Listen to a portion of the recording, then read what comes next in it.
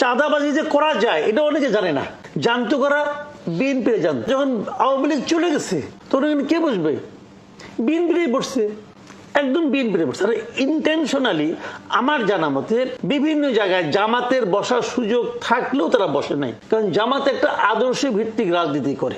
জামাতের আমির যদি বলে এই কাজটা করা যাবে তাহলে জামাতের লোকরা করবে। আমির যদি এটা করা যাবে না জামাতের লোক করবে না। আর ভাই তাদের এই আদর্শ ভিত্তিক তারা তো স্টেপ বাই স্টেপ উপরে ওঠে। কিন্তু চাঁদাবাজি কিন্তু আমাদের এখানে একটা জিনিস, যখন একটা অন্যায় একটা খারাপ কাজ যখন দীর্ঘদিন ধরে ধারাবাহিকভাবে প্রায় 15 বছর চলে, তখন কিন্তু ওইটা অনেক সময় নিয়মের মতো হয়ে যায়।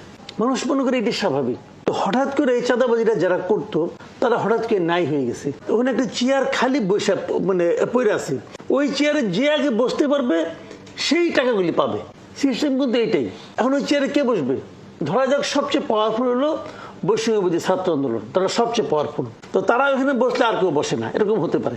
এখন তারা যে বসবে তাদের তো যতগুলি চেয়ার অতগুলি লোকই নেই, অথবা থাকলেও তারা স্টুডেন্ট, তাদের ওই মতলব নাই, চিন্তা নাই, হয়তো উপলব্ধিও নেই, বুঝেও না যে নিজে কি করতে হবে। কাজেই তারা ওখানে খুব একটা যায় নাই। গেছে কারা? যারা আগে চাঁদাবাজিতে অভ্যস্ত, যারা জানে বসলে পরে কেমন চাঁদা আদায় করতে হয়। চাঁদাবাজি যে করা যায় এটা অনেকে জানে না।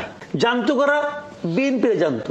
আর আওয়ামী লীগ বাংলাদেশে স্বাধীনতার পর থেকে ধরি কিছু সময় জাতীয় পার্টি আর বাদ বাকি সময় কিন্তু আওয়ামী লীগ আর বিএনপি এরাই উল্টাপাল্টা করে চাঁদাবাজি এটা করছে। তো যখন আওয়ামী লীগ চলে গেছে তখন কে বসবে?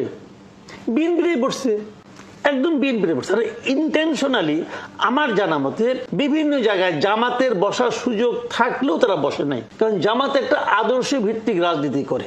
জামাতের আমির যদি বলে এই কাজটা করা যাবে তাহলে জামাতের লোকরা করবে। আমির যদি এটা করা যাবে না জামাতের লোক করবে না। আর ভাই তাদের এই আদর্শ ভিত্তিক তারা তো স্টেপ বাই স্টেপ উপরে ওঠে। কিন্তু হুটহাট উঠে নেই, কিন্তু তারা এটা মানে অর্ডারটা মানে।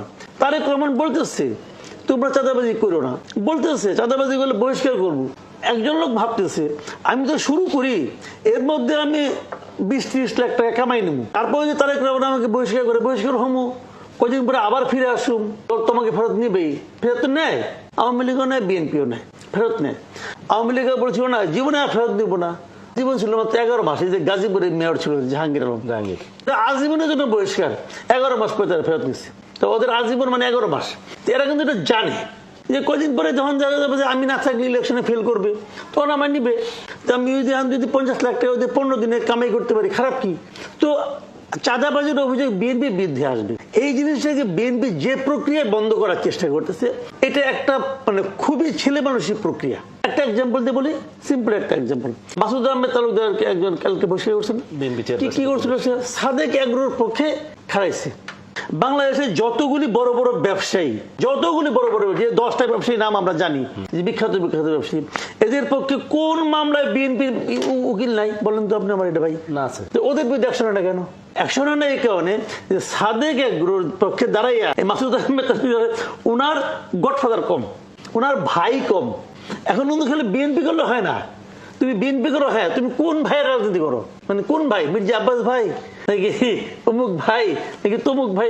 ভাইয়ের রাজনীতি। এই ভাইরাই কিন্তু এই কাজটাকে করতে দিচ্ছে না।